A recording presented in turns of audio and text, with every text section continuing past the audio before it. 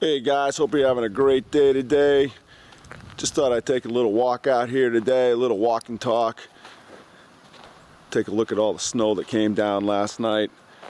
You know, I'm making my way out to the wood pile out here, and I was out snow blowing this morning, and I was thinking to myself, I got a snow blow path to the wood pile so I can get to it, and had a bunch of thoughts going through my mind about the 21-day detox and all that kind of stuff. And I took a look at that wood pile, and I'm coming up on it now, and take a look at the wood pile, and it's like, reminded me of a story that I heard. A story about a woodsman's contest. You know, back before the crazy days of like the Tough Mudders and all these mud runs where you get muddy and electrocuted and all that stuff. You know, they used to have these woodsman's contests. That used to be like the manliest of the manly thing, and these guys would get their axes and their saws, and they'd come out there, and you know, for a few days they'd have these contests who could climb trees the best and chop the wood the best and stack it and all that kind of stuff. And they're having the world championships one year,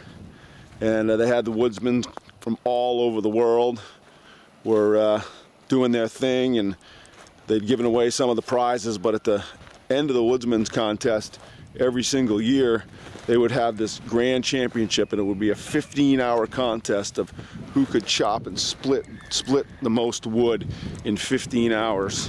And it was a contest that really not that many people really wanted to do, because it was just brutal, absolutely brutal. And you know, most of these guys would have to think about it for the whole week whether they actually really even wanted to enter that contest or not. And before the end of the last night, they'd have this big old party, and these guys would be sitting there and thinking about it, and everybody was waiting to see, you know, is anybody going to enter this contest? Who's going to enter this contest? And it's getting late, it's getting to be the end of the night, and nobody's really entering yet. And all of a sudden, the guy from Germany, the world champion from Germany, he stands up and he takes a note card and he throws it into the pot in the beginning, pot in the middle of the table, and everybody's going crazy. They're going nuts. They're cheering like crazy that this guy's going to enter, and they're wondering who else is going to do it. And then the Swedish guy gets up and he puts his name in the pot, and pretty soon the peer pressure gets to most of these guys, and the New Zealand guy puts his name in, and the Australian guy puts his name in, and the Canadian guy puts his name in, and the Austrian and the Finnish guy and the Swedish guy. And pretty soon there's like 20 guys that enter this contest, and they figure, all right, the night's winding down, that must be about it. And all of a sudden this old guy gets up. He's like 20 years older than any of the rest of them, and he puts his name. He's an American guy, and they recognize him. Like, this guy used to be really good, but nobody's really seen him for like a lot of years, and we're really not sure why he's going to enter. But you know, they weren't quite as enthusiastic for this guy, but they figured, well, you know, if he's got the guts to try, I guess we could at least, you know, give him a pat on the back and you know, wish him good luck. So they do that, and everybody sort of mills around for a few more minutes, and then they go to bed for the night. They need to get a good night's sleep for the contest the next day. So they get up the next morning, and all these guys parade out in their gear and representing their countries, and it's going to be awesome. And you know, they get out there, and they're all in front of the wood that needs to be split, and the guy gets there, and it's a shotgun start, and boom, shotgun start, there they go. Awesome. These guys just start chopping like crazy. It's unbelievable at the pace that they're going. Boom, boom. They put one up and knock it down. Put one up, chop it down, and these piles are starting to stack up, and they're all working on it. And at 50 minutes of the first hour, the American guy, the old guy, he takes the axe, he puts it on his shoulder, he walks up to the clubhouse, shuts the door behind him, and that's it. And they're all like, well, you know, he gave it a shot. I guess that's pretty cool that at least he tried to stack the wood and to chop the wood and get it all there. And, you know, he did his best. You know, that's the way it goes. Age catches up with you, I guess. But 10 minutes later, exactly on the hour, this American guy got the axe on his shoulder, meanders down through the crowd, walks through the crowd back to his pile, starts chopping again. bang, chop, bang, chop. And the contest is going fast and furious, and the crowd is cheering, and the wood piles are starting to stack up, and it's kind of nuts. And at 1 hour and 50 minutes, exactly 50 minutes later, this old guy takes the axe, puts it on his shoulder, walks back up to the clubhouse, shuts the door behind him, and that's it. And they're like, well, you know, I guess he got his second win, but, you know, that's it. You can only push your body so far, right? And contest keeps going on, and 10 minutes later, exactly on hour 2, this guy walks back out, axe on his shoulder, walks back down to the crowd, starts going after it again. Chop, chop, chop. And he does that every single hour. 2 hours and 50 minutes, he walks back up. 10 minutes later, he's back out. Hour 4, hour 5, hour 6, hour 8, hour 10, hour 12, same thing. Hour 13, hour 14, hour 15, he doesn't stop. He just keeps going, and he cranks his wood chopping and goes all 60 minutes that last hour. Shotgun goes off again, contest is over. Now what do they need to do, right? They need to find out who won. So they start getting these guys together, and they're counting the wood, and they go to the Germans guys wood pile, and they start counting. It's piling up, and unbelievable. This guy had just set a new world record, and nobody could believe it. The crowd goes wild. They're going nuts. It's crazy.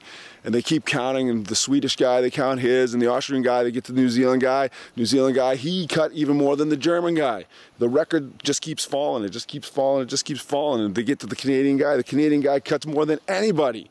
And they figure, all right, this is the guy that's going to get the trophy. Let's go up. And then they wait, we got to count the American guys. I mean, I know, you know, he doesn't have much of a shot, but we got to at least count it, right?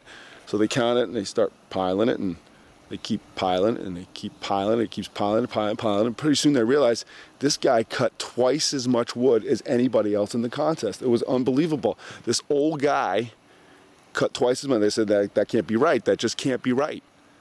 So they take it all down. They count it up again, and yeah, he had cut twice as much wood as anybody ever had in the history of the contest. And you know what happens when an underdog does well, right? The crowd goes nuts. They're going crazy. They're cheering for him. They put him up on their shoulders. They carry him up to the stage. They put him in front of the microphone. They're asking him all these questions like, where you been? Where, you know, nobody's seen you for 20 years. What have you been doing? What have you been doing? And he goes, wait. He gets up to the microphone. He says, wait, guys, you don't really want to ask me those questions. Why don't you ask me the question that you really want to ask me? And they're thinking about it for a little bit. No, guys, you know what I'm talking about. Ask me the question that you really want to ask me. Pretty soon a little boy pipes up and he says, Mr. Woodsman, what were you doing in the clubhouse for 10 minutes every hour? Right? He wanted to know. This guy, every hour, on the hour, went up there and did something, and nobody knew what it was. And he goes, I knew somebody was going to ask me that question. He said, it's a good question. He goes, you might have thought that I was up there every hour, and every hour I'd go up there and I'd get my protein shake, and I'd get my MCTs and my branch chains, and I'd get the perfect carb protein, you know, mix, and I'd suck it down, I'd take a little nap, and I'd come back out. That might have been what you thought I was doing, but that wasn't it. That's not what I was doing for 10 minutes every hour. He said, you might have thought I was up there, and Dr. Copeland was up there, and Amy Troy and Kristen Scanlon. I was getting ART, and I was getting massage every 10 minutes, and they was helping me rejuvenate my muscles, but that's not what I was doing every 10 minutes. And you might have thought I had this like photographer who was a biomechanist, and he'd go up there and he'd photograph me, and we'd come down every you know, we'd look at the video, and I'd come down and I'd refine my technique to help me chop more wood every 10 minutes. But that's not what I was doing either.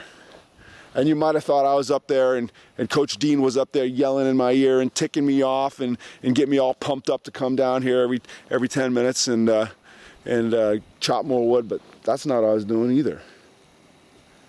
He goes, the thing that I was doing for 10 minutes every hour, the thing that made me chop more wood than anybody else in the history of this contest, the thing that I was doing for 10 minutes, the thing that made it so probably no one will ever break this record, is I was up there sharpening my axe. I sharpened my axe for 10 minutes every hour.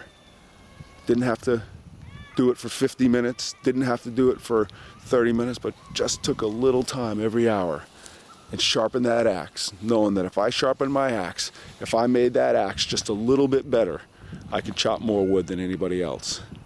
You know what, guys? You just came off a 21-day detox. And what was that 21-day detox doing? That 21-day detox was sharpening your axe, right? You were learning new stuff. You were trying new things. You were getting better. And now that it's over, you're motivated, right? I mean, it's unbelievable the progress that some of you guys made in just 21 days, right? And you're highly motivated to keep going. But you know what, guys? I want to caution you. Motivation's kind of like bathing, you know? You got to do it more than once. You got to keep going. You got to keep sharpening that axe, right? How do you keep sharpening that axe, you know? You learn to plan just a little bit better every day, right? You learn how to make better choices when you go out to eat. You learn how to take your lunches with you. You learn how to not get upset when you step on that scale and realize it's just a little bump and don't let it throw you off track, right? Just a little bit better every day. You lean on the support team and the support system here and at home and all the people that helped you do what you just did, right? You just got to sharpen that axe a little more every day, and that's going to get you where you want to go. All right, guys? So keep sharpening, keep making it happen. I'm proud of you. Let's do it. This is Coach Dean signing off. Make it happen.